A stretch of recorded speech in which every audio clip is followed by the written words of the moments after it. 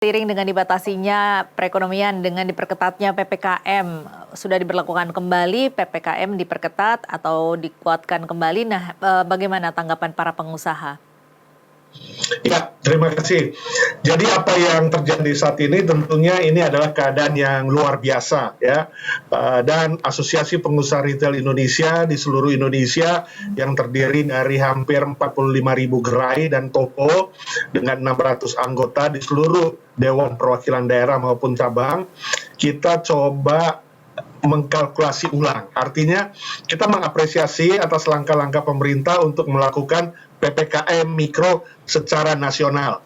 Kalau tadinya PPKM Mikro hanya Jawa dan Bali dan beberapa provinsi, sekarang sudah nasional. Jadi kami mengapresiasi tentunya akan upaya pemerintah untuk hal ini. Tapi ada catatan. Nah, ini kalau kami memberi catatan ini maksudnya tentunya ini menjadi harapan kami sebagai pelaku usaha di sektor hilir, padat karya dan padat modal, dan yang melayani kebutuhan pokok dan sehari-hari masyarakat, serta sebagai tempat pembentuk konsumsi rumah tangga, di mana kita tahu konsumsi rumah tangga adalah kontributor terbesar dari harapan pemerintah untuk meningkatkan ekonomi melalui pertumbuhan domestik brutonya, PDB-nya. Nah, kita ketahui bahwa dengan adanya PPKM Mikro yang eskalasinya ditingkatkan, artinya saat ini kita mendengar per hari ini sudah hampir 45% ya, 44,37% yang positif rate-nya, di mana kita pernah mengalami 2 bulan lalu itu sudah hampir sekitar 10 ya, 10%, bahkan 5% itu sudah standar WHO, jadi nggak perlu lagi pengetatan atau nggak perlu lagi PSBB atau PPKM Mikro. Tapi sekarang kita justru sudah hampir 45%. Artinya setiap 100 orang yang dites ada 45 orang yang terdampak positif, sehingga ininya tingkat penularannya pasti tinggi. Yeah. Nah, tapi satu sisi yang kita harapkan adalah pemerintah perlu menjaga PPKM Mikro ini dengan 5M, itu yang tetap disiplin, dan juga 3T. Artinya dengan PPKM Mikro ini sebenarnya peran sampai RT RW ini perlu semakin diaktifkan. RT RW melakukan 3T, testing, tracing, dan treatment bagi warganya. Kalau warganya ada yang terkena dampak, silakan langsung isolasi, nggak boleh ada tamu, nggak boleh keluar selama 10 hari atau 14 hari. Sementara daerah yang masih aman, ya tentunya diberikan 5M edukasi yang maksimal supaya mereka menjaga kesehatan. Sehingga tidak perlu untuk mengurangi jam operasional retail modern. Ya, ada pemerintah pusat sudah mengeluarkan surat edaran minggu ini menurunkan jam operasional dari jam 9 sampai jam 8. Itu kami pikir sudah sangat seimbang. Tapi ada beberapa daerah yang multitafsir. Ada beberapa daerah yang coba melihat kepentingan dengan caranya dan penghitungannya tanpa mengajak serta pelaku usaha sehingga menutup jam 6 sore. Ya, ada yang sampai jam 7 ya. Nah, ini ada beberapa daerah yang melakukan itu. Jadi kami berharap, catatan kami adalah ikuti saja pemerintah pusat. Karena apa? Karena retail modern sampai hari ini bukan klaster pandemi. Kita jaga protokol kesehatan dan kita siap berkomunikasi dengan pemerintah daerah apa langkah-langkah untuk meningkatkan protokol kesehatan. Mall dan retailnya nggak ada yang salah. Kita kan hadir untuk kebutuhan pokok dan masyarakat sehari-harinya. Jadi kalau kita lihat ada penutupan sampai jam 6, maka kami prihatin karena kami harus mengurangi lagi tenaga kerja. Di wilayah itu berarti daya belinya rendah. Kemudian masyarakat akan datang cukup padat karena mereka tahu akan tutup lebih cepat. Dan juga PPN ya, kita produksi PPN nih buat negara. Itu juga berkurang. Dari yang paling perhatian adalah UMKM kita yang berdagang sayur mayur, ikan dan lain sebagainya, menitipkan barang-barangnya di retail itu harus rusak ya, harus diretur karena memang hanya setengah hari saja perjalanan jam buka tokonya. Nah, inilah yang kita harapkan, sebenarnya muluk-muluk juga, tapi sebagai sektor penyangga kebutuhan pokok dan sehari-hari masyarakat, dan sektor kedua setelah rumah sakit ya harus tetap buka. sektor esensial. Di dalam surat edaran ditulis seperti itu. Kami berharap jam operasional dapat normal, sehingga silakan masyarakat berbelanja dengan normal dan wajar, dan kita juga menyiapkan aplikasi atau pengiriman barang sebagai bagian pelayanan di masa pandemik yang sedang meningkat ini. Baik, sebelum kita lanjutkan pembahasan mengenai penerapan kebijakan yang saat ini masih belum selaras, ini sebelumnya saya ingin menanyakan dulu, bagaimana sih selama ini bisnis retail terdampak oleh pandemi? Ya, selama tahun 2020, jadi kalau kita bagi dua tahap, satu yang era di sepanjang April sampai Desember 2020, kami terdampak produk unproductivity. Artinya, dalam 2 dekade terakhir, indeks penjualan real kita yang disurvei Bank Indonesia dari bulan April minus 20,6, nggak pernah dalam industri retail kita minusnya cukup dalam. Kemudian terus berkontraksi sampai dengan akhir Desember masih minus 14,7. Nah, di bulan Januari masih minus juga 2021, minus 16,4. Februari minus 18,1, ya year on year. Kemudian juga bulan Maret itu mulai ada perbaikan, ya minusnya turun dari minus 18,1 minus 14,6, dan di bulan April, April ini mulai menaik ya, plus 9,8 positif. Artinya ketika masyarakat juga menjaga kesehatan, ada pelonggaran, kemudian ada THR, dan ada bantuan tunai yang berkelanjutan, maka ada positif di sana. Tapi kita lihat sekarang ya, ini sudah mulai turun lagi, karena memang sudah mulai pengetatan lagi 2 minggu terakhir ini. Jadi ya kita berharap sih memang sektor-sektor yang masih memberi kontribusi bagi pertumbuhan ekonomi, karena kita butuhkan pertumbuhan ekonomi dari tahun yang sebelumnya minus 2,09 sampai tahun ini kita berharap angka 4 sampai 4,5%. Itu sektor-sektor yang memberi kontribusi pertumbuhan ekonomi harus dijaga kelangsungannya, harus diproteksi supaya memang dapat terus berkinerja baik atau membuka toko dalam hal ini dengan jam normal. Baik. Sehingga kita kan mau diperketat, mau dibatasi lagi, misalnya mau diturunkan lagi jumlah pengunjungnya, asal tidak ditutup. Karena kami juga mau melayani pengiriman barang, kalau gerainya sudah tutup kan kita nggak bisa melakukan pengiriman barang. Nah, ini yang kita terus suarakan, sehingga retail modern ketika tahun 2020 hanya tumbuh 1,2%, tahun ini kita berharap kita bisa bertumbuh sekitar 2,5 sampai 3%, dengan asumsi bahwa memang kita tetap diperkenankan beroperasi dengan jam yang normal, yang luas di seluruh wilayah Indonesia. Ini dengan jam yang normal, yang luas ini sampai dengan pukul 8 malam ini sudah cukup, Pak Roy? Ya, kami pikir saat ini memang kami siap mengikuti, karena memang kami juga melihat bahwa positive rate-nya cukup tinggi di Indonesia, hampir 45%, dan bed occupancy rate-nya, bornya sudah hampir 90%. Kita juga ikut merasakan, bahkan Aprindo juga memberikan bantuan donasi untuk Rusun Nagrak, ya, Cilincing, untuk kita bantu supaya OTG dapat juga diinapkan di sana. Ini bagian daripada kepedulian kita dari para anggota Aprindo. Baik. Hanya tinggal bagaimana pemerintah, dalam hal ini pemerintah daerah, mengikutilah apa yang sudah diarahkan oleh pemerintah pusat, karena pemerintah pusat pasti melihat secara utuh, secara menyeluruh dampak pandemi ini, tapi juga ekonomi harus tetap juga berjalan walaupun tidak maksimal. Baik, apa yang menurut Anda membuat pemerintah daerah ini akhirnya menerapkan kebijakan yang tidak selaras dengan pemerintah pusat? Kalau kami melihat karena faktor informasi dan komunikasi yang tidak signifikan. Karena kalau kita bicara 34 provinsi, 514 kabupaten kota madya yang melakukan sensasional seperti ini, menutup jam 6 retail modernnya, ya, jam setengah 7, jam 7, karena 1 jam sebelumnya kalau udah ditutup jam 6, maka jam 5 nggak mungkin ada yang datang lagi ke mall dan retail. Kalau tutup jam 7, jam 6 udah kosong biasanya.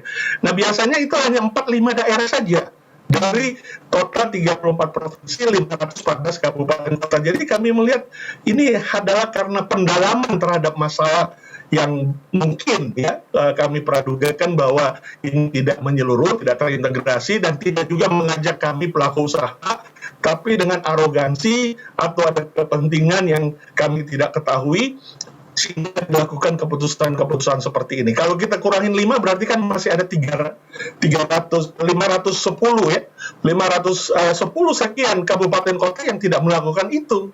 Nah, ini yang kami sayangkan. Jadi 4-5 kota atau provinsi ini yang seringkali mengulang cara-cara seperti itu. Nah, ini kami juga tidak mengerti masalah Jadi ini bukan karena kami karena hanya pertimbangan pejuang-pejuang mereka, ekonomi bukan. yang mendorong ekonomi supaya tetap bergerak dan kita tidak krisis karena ekonomi. Karena kita sudah krisis terhadap kesehatan, kita harus jaga ekonomi ini jangan sampai kita krisis karena kalau lockdown kemarin Pak Presiden sudah katakan satu hari itu 550 miliar satu daerah. Nah, sementara tahun lalu itu sudah dikeluarkan hampir sekitar signifikan ya, hampir nilainya yang cukup besar. Jadi kalau 550 miliar kali 514 kabupaten kota ya negara kita sedang juga masalah likuiditas ya, hutang kita besar, kemudian juga bantuan-bantuan tunai yang masih harus tetap berjalan. Nah, tentu ini yang kita sayangkan ketika ada wacana-wacana untuk lockdown, dan memang sudah diarahkan jangan lockdown. Indonesia adalah negara archipelago, pulau-pulau. Beda dengan Italia atau Jerman yang 60 juta penduduknya, Italia, Jerman 83. Itu di lockdown ya selesai, memang jumlahnya hanya sekian. Kita 272 juta dengan 17.800 pulau. Terlalu kosnya besar kalau melakukan lockdown. Dan ini tentunya sangat dimengerti dan perlu dimengerti oleh kita semua. Jadi bagaimana untuk daerah yang merah diperketat supaya isolasi kuat, PPKM Mikro, RT, RW juga melakukan 3T, dan masyarakat disiplin dengan 5M. Baik Pak Roy, nanti kita akan lanjutkan di segmen berikutnya, tetapi kita harus jeda dulu. Pemirsa, tetaplah bersama kami, Dialog Nusantara Petang akan kembali sesaat lagi.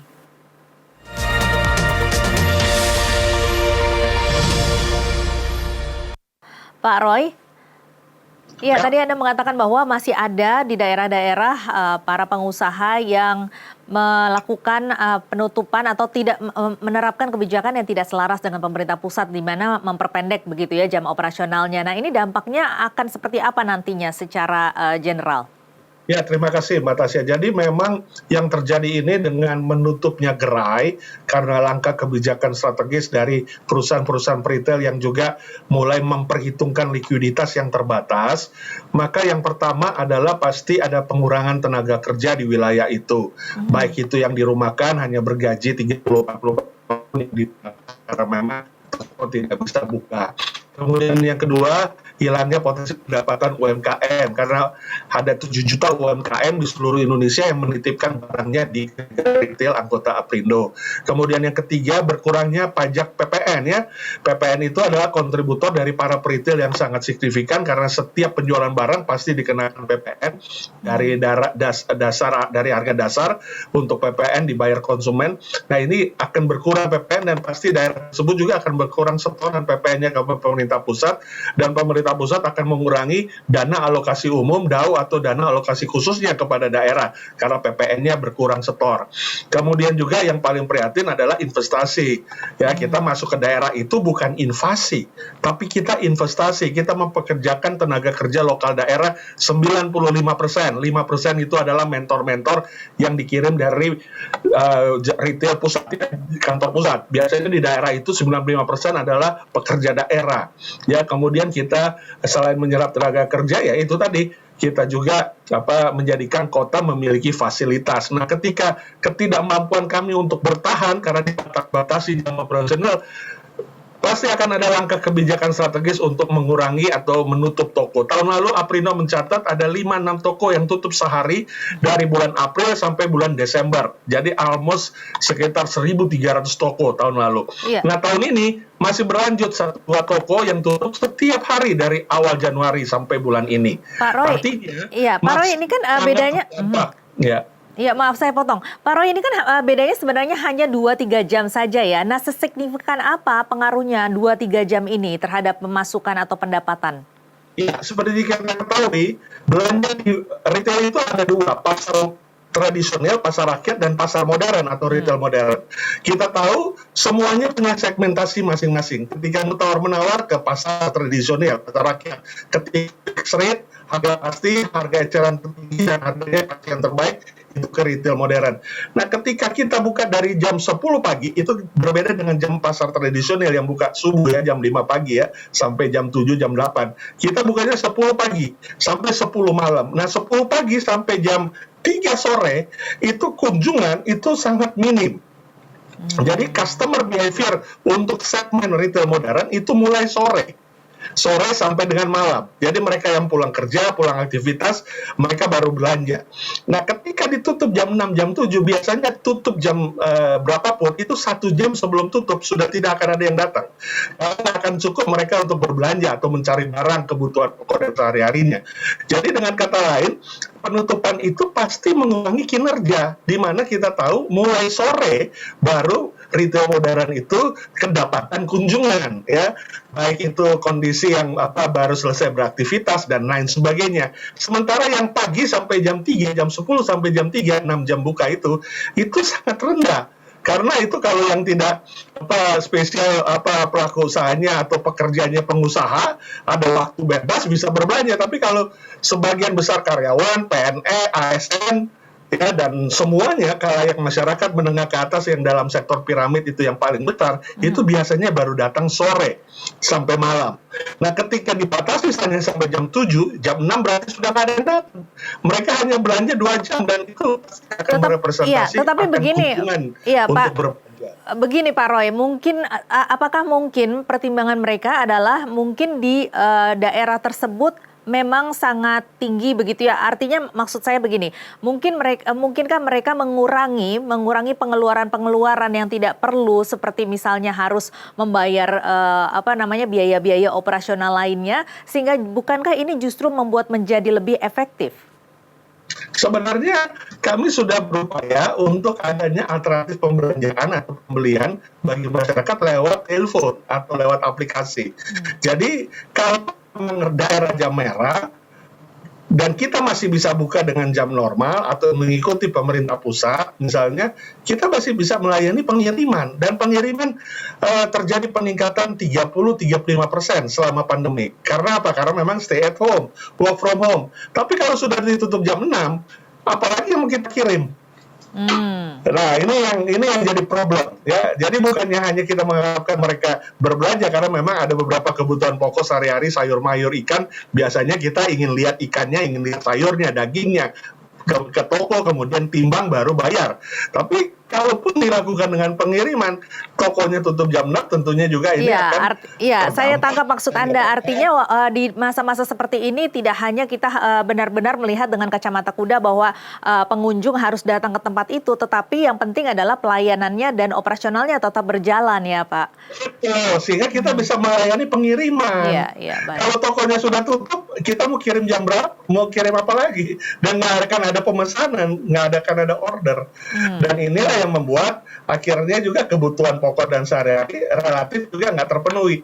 Dan tinggal tunggu waktu di wilayah itu akan ada kebijakan strategis, ya kita menutup toko. Dan yang sulit kan bukan soal investasi kami aja yang memang tergerus pasti, tapi ya masyarakat punya kebutuhan pokok dan sehari-hari, serta konsumsi rumah tangga sebagai kontributor terbesar dalam pertumbuhan ekonomi dalam PDB kita, produk domestik bruto 57,6%, hampir 6% karena konsumsi rumah tangga. Nah itu, jadi kami sebenarnya mudah saja kalau mau dibuka sampai jam 8, kemudian harus buat peraturannya seperti apa, ketatnya seperti apa, bersama dengan security kami, bersama dengan Satpol PP, itu kan dapat diselesaikan kok. Nggak ada yang salah dengan mall dan retailnya. Kita lihat tahun lalu ketika di lockdown mall dan retailnya, apakah COVID-nya sembuh? COVID-nya hilang? Nggak, karena kita sudah hidup dengan COVID, dan ini kita tinggal bagaimana vaksin dan imun kita ini yang membuat kita bertahan. Dan inilah yang harusnya tentunya dimengerti oleh kepala daerah. Baik. Dan juga pemerintah daerah. Iya, PPKM Mikro ini memang diputuskan oleh pemerintah agar ekonomi terus berjalan. Artinya ini juga mendukung pengusaha di segala sektor, termasuk juga pengusaha retail, begitu Pak Roy. Nah ini mungkin terakhir, walau demikian pasti ada bantuan-bantuan yang dibutuhkan ataupun ada saran-saran yang mungkin ingin diberikan. Ya, kami sudah berkomunikasi, berbagi kesempatan dengan pemerintah untuk menjadikan retail modern ini tidak dilepaskan atau dibiarkan saja seolah-olah ya tergantung pandemiknya dong, tergantung mobilitas masyarakatnya longgar atau ketat, atau daya belinya kan masih sakit daya belinya. Ya kalau dilepaskan begitu ya semua industri juga begitu. Tapi kita berharap justru kita ingin diharapkan menjadi sektor prioritas juga. Dalam APBN 2021, sektor perdagangan retail modern belum menjadi sektor prioritas pemerintah. Ya, yang menjadi sektor prioritas itu kesehatan memang harus, ketahanan pangan pasti, telekomunikasi, pariwisata, itu masuk sektor prioritas. Tapi perdagangan retail modern tidak menjadi sektor prioritas, sehingga kita untuk akses dana alokasi PEN misalnya, atau restrukturisasi kredit komersial kami lah misalnya, itu kita nggak bisa dapat kredit restrukturisasi kredit karena nggak ada kita belum menjadi sektor prioritas yang harus diselamatkan oleh pemerintah keberadaannya, sehingga kita tetap dapat eksis, tetap dapat melayani kebutuhan pokok dan mengkontribusi bagi konsumsi rumah tangga. Nah, ini yang kami masih berharap. Tentunya kalau sektor prioritas berarti kita bisa berharap ada insentif fiskal yang berkelanjutan, insentif moneter, bunga yang spesial buat kredit komersial kami, bahkan juga insentif buat operasional. Sampai hari ini kita insentif operasional juga kita belum dapatkan. Kita berjuang sendiri dengan dana sendiri, dana cadangan, bahkan ada yang sudah tidak mampu, ya likuiditasnya tentu harus mengambil langkah penutupan. Nah, insentif operasional ini listrik ataupun subsidi gaji buat yang 65% adalah pekerja toko, SPG dan kasir. Kalau di retail itu kita nggak dapatkan, sehingga kita berjuang sendiri untuk bertahan, ya memang betul-betul sebagai pejuang ekonomi, dan kita harus terus menjaga keutuhan keselamatan daripada kesehatan kita. Jadi ini memang satu hal yang kita harapkan.